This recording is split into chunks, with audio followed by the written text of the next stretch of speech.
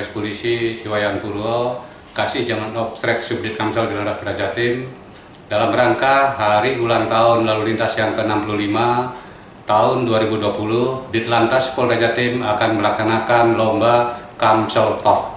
Jangan lupa subscribe, like, komen, dan share. Terima kasih. Wassalamualaikum warahmatullahi wabarakatuh.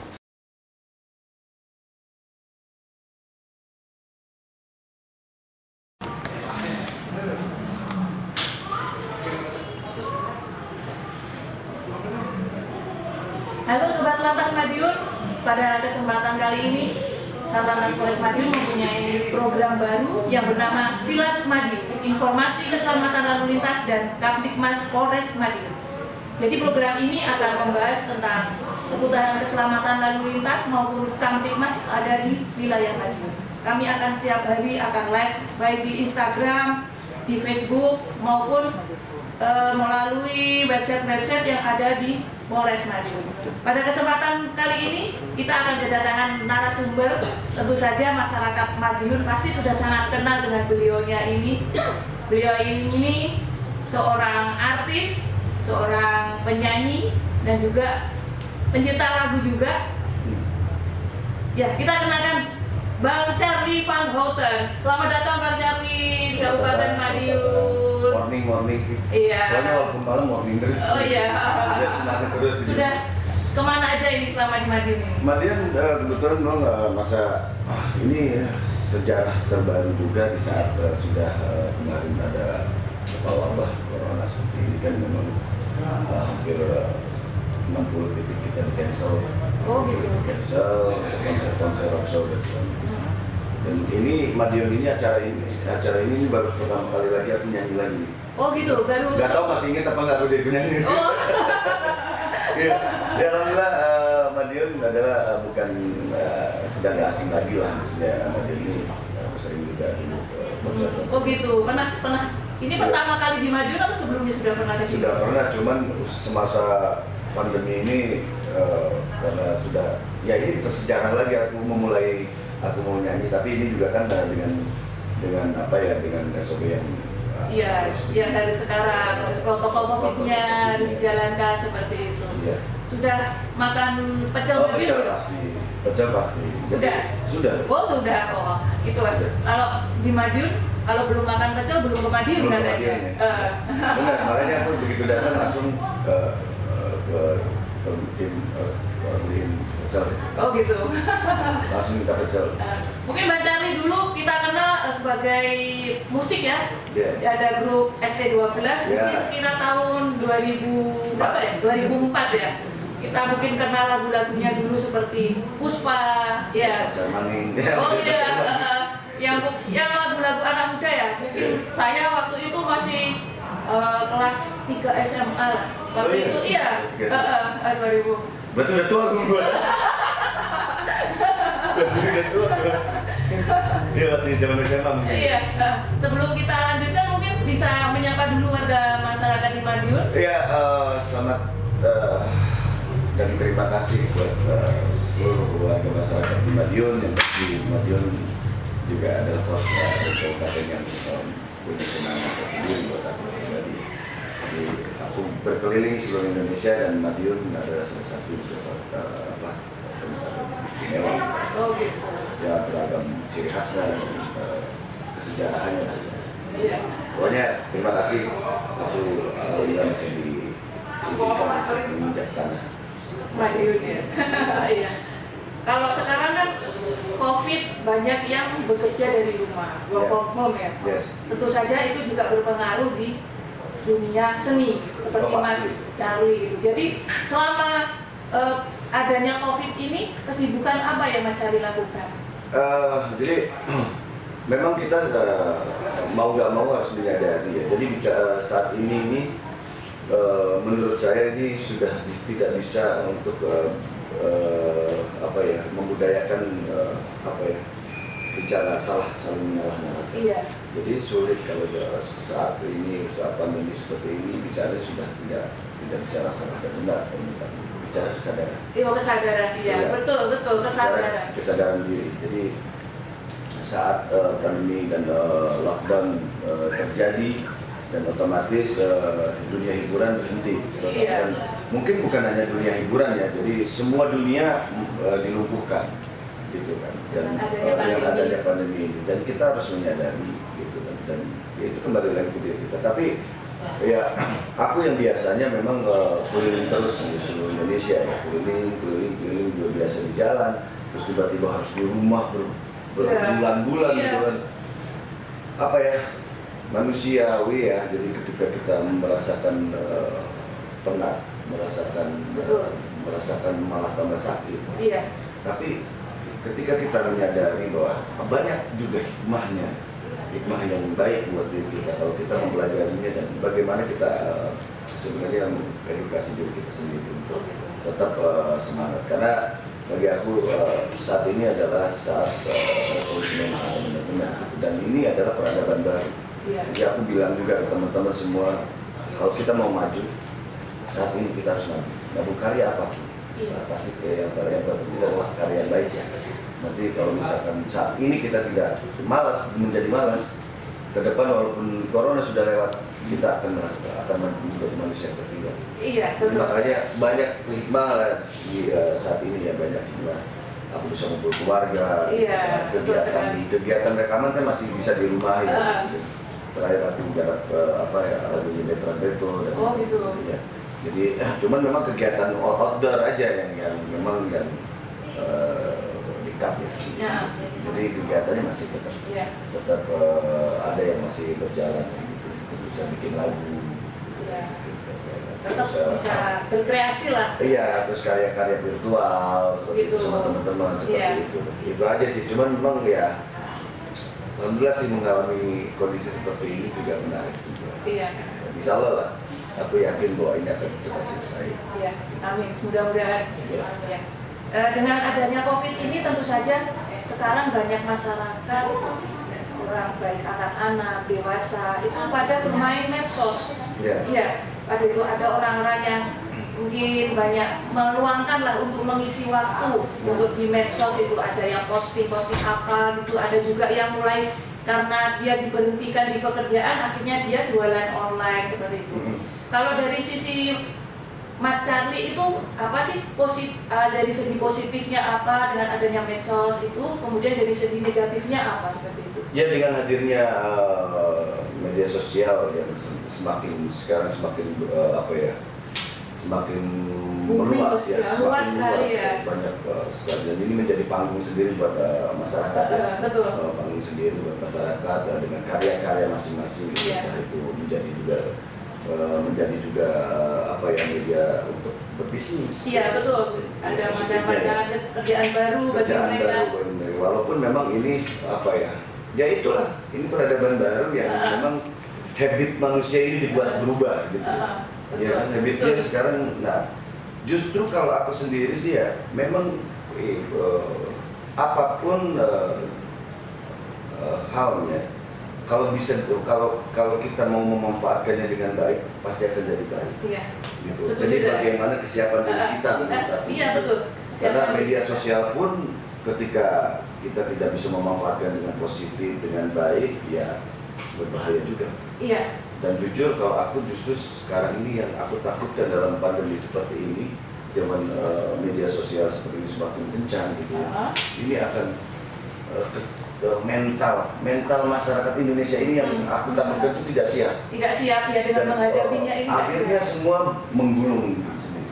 Hoax lah segala macam dan berbagai kepentingan yang baik atau tidak baik itu kan bercampur nih. Iya. Bercampur, dan ya yang pasti gini.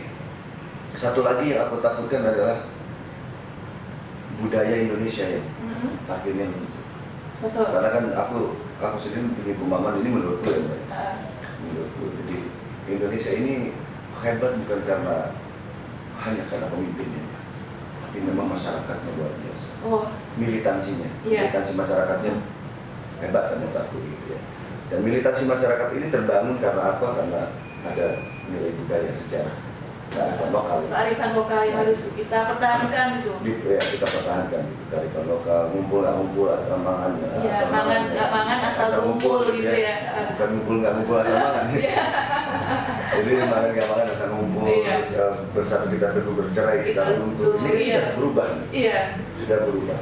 Jadi yang aku tahu berbahayanya lagi satu, yang paling berbahaya adalah kita dibuat malas. Sekarang anak-anak kita aja, anakku aja pengen kemana-mana sudah di rumah aja. Iya, sekarang Kita tidak dibuat, kita tidak bergerak. iya. Ya, Mau karena pesen makanan juga Iya. gampang sekarang ya. militansi masyarakat kan karena silaturahmi. Iya, betul. Terwujud karena silaturahmi. Aku ingat banyak budaya-budaya kearifan lokal, contohnya mungkin di Lombok itu ada nyale.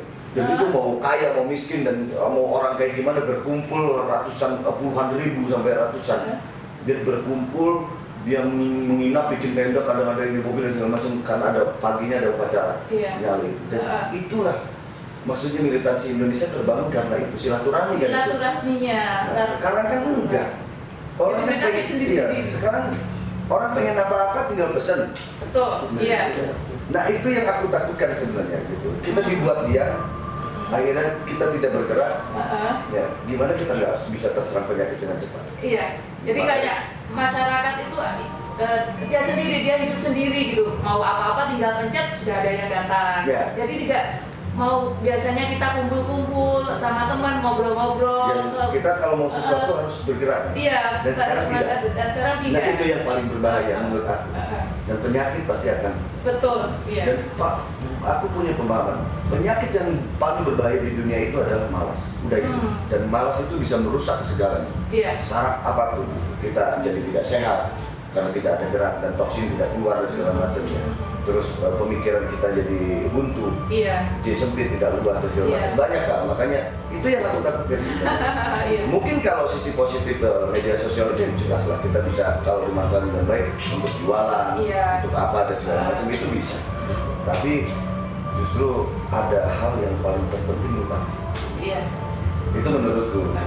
Ya adalah sisi positif dan negatif pasti ada. Ya semoga maksudnya perkembangan, makanya kembali lagi ke perkembangan zaman sekarang media dan ya zaman IT sekarang ini bagaimana kesiapan mental masyarakat sendiri dan dengan regulasi-regulasi aturan-aturan yang harus dibuat bersama pemerintah dengan setegas-tegasnya. Iya.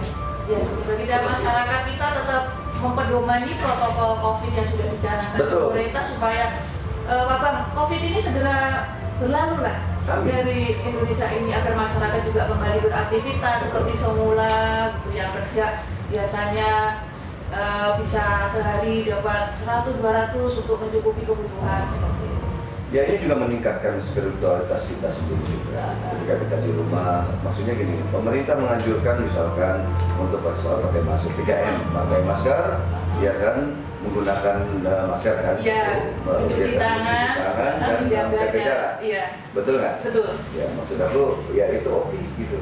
Nah, tapi kita kembangkan lebih rigid lagi, lebih sebar lagi. Kenapa harus cuci tangan doang? Kenapa nggak kalau bagi muslim kenapa nggak istiqomah berwudu? Iya betul. Betul. Istiqomah nggak batal wudu gitu. Iya. Luar biasa. Luar biasa juga, kita kan juga menjaga hubungan gitu. Iya, gitu. Jadi aku pikir dalam masa seperti ini spiritualitas juga harus ditingkatkan. Waktunya mumpung ini kita lagi di rumah, Iya, kita betul. kembali mendekatkan diri kepada yang mencipta. Loh, iya, secara syariatnya kita akan pakai ini oke. Kita harus gunakan Iya. segala macam, ini adalah bentuk upaya secara syariatnya gitu kan. Tapi secara spiritual juga harus. Iya. Jadi biar Pancasila itu sila kesatunya berjalan, ya. Benar nggak? Betul sekali. Iya. Iya. Sila kesatunya berjalan gitu. Oke lah kita ada SPKI SPK seperti ini harus beli ini untuk jaga kesehatan dan segala macam gitu kan. Tapi kembali lagi sila ketuhanan yang Maha Esa-nya yang Maha Esa. tetap harus dijalankan. Karena bagaimanapun tetap semuanya adalah kehendak Tuhan, kehendak Tuhan. Iya, sesuatu Dokter yang juga penting. kalau ternyata ada yang kena juga kok. Iya, Segitu dokter betul. apalagi kita Itu, gitu kan. Makanya itu kita jangan menyepelekan ini. Jadi pandemi ini jadikan diri kita untuk bisa membangun dari segala ini yang terbaik. Itu sesuai dengan kapasitas diri kita. Tapi yang terpenting adalah itu bangun dan dibuka dengan kesadaran diri kita. Jadi jangan sia-siakan kesempatan ini, kesempatan saat ini gitu. Jangan disia-siakan. kita harus betul-betul menyadari kesehatan penting, spiritual juga penting, jadi segala hal jangan menyepelekan penyakit ini juga. Jadi tetap kita waspada dan berhati-hati gitu kan, dan jaga kebersihan sesuai dengan mungkin yang diaturkan sama dan yang dianjurkan sama semuanya. Pakai masker, harus mencuci tangan, menjaga jarak. Ya memang sulit karena kan beragam pemahaman masyarakat Indonesia itu memang sulit. Makanya bicaranya sudah tidak bicara salah dan benar lagi, tapi bicaranya adalah kesadaran kita. Iya. Kalau kita bicara kesadaran, kita ini kan dari Busis Atlantas lalu lintas ya. Mungkin Bang Mas Charlie sendiri punya pengalaman dulu. Pernah nggak mungkin ada berperkara dengan masalah lalu lintas? Itu kan muda-mudanya dulu seperti apa? Iya dibilang gitu. Tapi kan itu mengajari diri kita untuk sadar pentingnya berlalu lintas. Karena aku pernah kecelakaan juga. Oh gitu. Pernah kecelakaan gara-gara aku tidak mentaati. Dan makanya dari situ aku bagaimana ternyata sadar akan berlalu lintas ini, sadar akan maksudnya kita harus benar-benar mikirin. Jangan mikirin diri sendiri, tapi juga orang lain kita pikirkan di jalan. Lalu lintas itu harus dijaga. Karena aku pelaku yang pernah istilahnya gara-gara aku menyepelekan lalu lintas, akhirnya aku kecelakaan. Oh gitu. Mungkin melihat sosok polisi lalu lintas antara mungkin yang dulu seperti apa, terus yang sekarang itu harapannya seperti apa untuk polisi lalu lintas? Kalau aku, karena sekarang ini kan lebih lebih cair ya. Masyarakat ini sekarang dan itu pun lalu lintasnya juga sekarang kan lebih cair. Dulu mungkin kalau ketemu polisi itu menakutkan. Padahal polisi bukan setan loh ya. Yang menakutkan. Iya betul nggak? Iya betul. Tapi takut dengan polisi. Ada polisi pasti ada takut sendiri. Karena dia punya salah juga. Kalau nggak salah nggak takut. Tapi jujur nggak salah juga kalau ketemu polisi zaman dulu itu kayaknya menyeramkan. Tapi nggak tahu kemasan sekarang Polri mungkin reformasi jadi banyak personilnya tuh lebih cair aja gitu, lebih ngepop gitu, masyarakat tuh lebih membaur, nah itu lebih cair aja menurut aku. Jadi akhirnya betul-betul semakin kesini adalah semakin menjadi partner masyarakat yang benar-benar berjalan dengan asik gitu. Bukan menyeramkan dan menakutkan, tapi menjadi partner benar-benar sesuai dengan tugas pokok fungsi Polri sebagai pelindung, pengayom dan pelayan masyarakat ya. Harus berpartner kan sama masyarakat, karena kalau masyarakatnya tidak sadar juga ya sama aja bohong. Makanya aku pikir zaman sekarang ini kepolisian sudah tidak menyeramkan dan lebih humanis, lebih humanis, cair gitu kan. Seperti itu sih yang aku lihat ya. Makanya sekarang ada tayangan-tayangan yang kalau di channel-channel gitu kan ada polisi yang ini itu lebih asik aja gitu. Tapi tetap sisi ketegasannya tetap ada, tetap dijaga itu. Tapi untuk menghilangkan image yang dulu polisi yang menyeramkan, ternyata polisi juga bisa seperti saat ini kita tampil seperti ini kan juga bisa. Nyanyi juga ada kita lihat yang berkarya juga kan dengan menyanyi dengan berkesenian, tidak menyalahi, tapi tugas kita. Bicara tentang lalu lintas juga kita tahu tentang pendidikan lalu lintas. Kalau menurut Mas Charlie, pendidikan lalu lintas itu dimulai kapan? Apakah sejak dini atau sejak kita mengenal sepeda motor baru kita mengetahui pendidikan lalu lintas? Enggak dong, karena di jalanan ini kan bukan hanya orang yang baru bisa naik motor aja, tapi orang anak kecil saja kan sudah di jalan. Makanya lalu lintas ini harus diedukasikan, gitu kan, dan sejak dini. Dari sejak dini bagaimana maksudnya anak-anak SD memahami gitu. Oh ini jalan-jalan sini nih, ini tuh ini tanda lampu ini gitu kan. Jadi, nah kalau mereka menyalahi juga kan bisa jadi nanti dewasanya seperti apa? Bisa jadi di jalan dia dapat kecelakaan dan seperti itu. Tapi kalau dari sejak dini ya akhirnya ya itu mengurangi tingkat kecelakaan. Jadi dia mulai dari kecil sudah sadar pentingnya berlalu lintas yang selamat seperti apa. Oh, betul. Harus dari sejak ini menurut. Gitu. Jadi dia nanti dewasanya tahu aturan-aturan apa yang harus dia patuhi, dia laksanakan selama di jalan. Dia dari kecil juga kan harus mematuhi. Iya, kalau dia di jalan kan, kadang kan anak-anak sekolah sekarang kan misalkan dari SD misalkan kan suka di jalan gitu, dia pulang ke rumah dari jalan gitu kan. Kalau dia tidak mentaati peraturan lalu lintasnya, gitu kan, dia di jalan, peraturan di jalan kan tetap aja menimbulkan kecelakaan. Iya betul. Sekarang kan juga banyak anak sekolah yang mulai SD, SMP sudah mengendarai sepeda motor. Tentu saja seperti itu tidak hanya tanggung jawab dari polisi aja yang harus setiap hari melakukan penindakan anak sekolah. Peran orang tua dalam mengawasi anaknya. Ya itu paling penting. Paling penting peran orang tua. Jadi dia tidak harus jadi tanggung jawab sepenuhnya dari kepolisian ya. Jadi orang tua juga harus sepenuhnya mempunyai tanggung jawab untuk memberikan pendidikan kepada anaknya. Ya biar sinergianya berjalan gitu. Ya kalau mau satu pihak aja terus bimbingan dari orang tua misalnya tidak berjalan juga. Iya.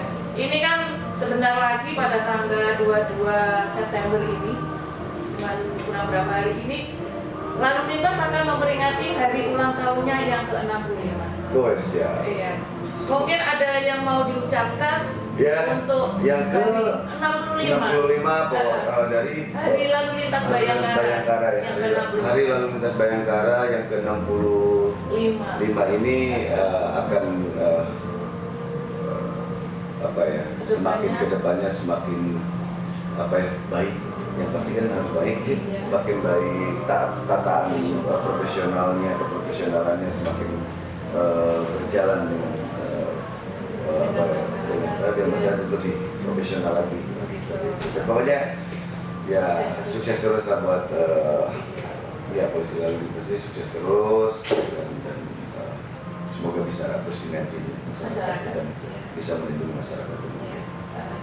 Ya itu aja, terima kasih Mas Syafri atas waktunya sudah meluangkan waktu untuk mengisi acara kita. Ini acara baru di Polres Madiun ya, inovasi dari Bapak Kasat Lantas Polres Madiun. Terima kasih banyak. Iya. Semoga pembicaraan kita ini memberikan yang terbaik, memberikan edukasi yang baik. Iya, terima kasih. Kalau ada yang salah kata ya, manusia. Maaf lahir batin.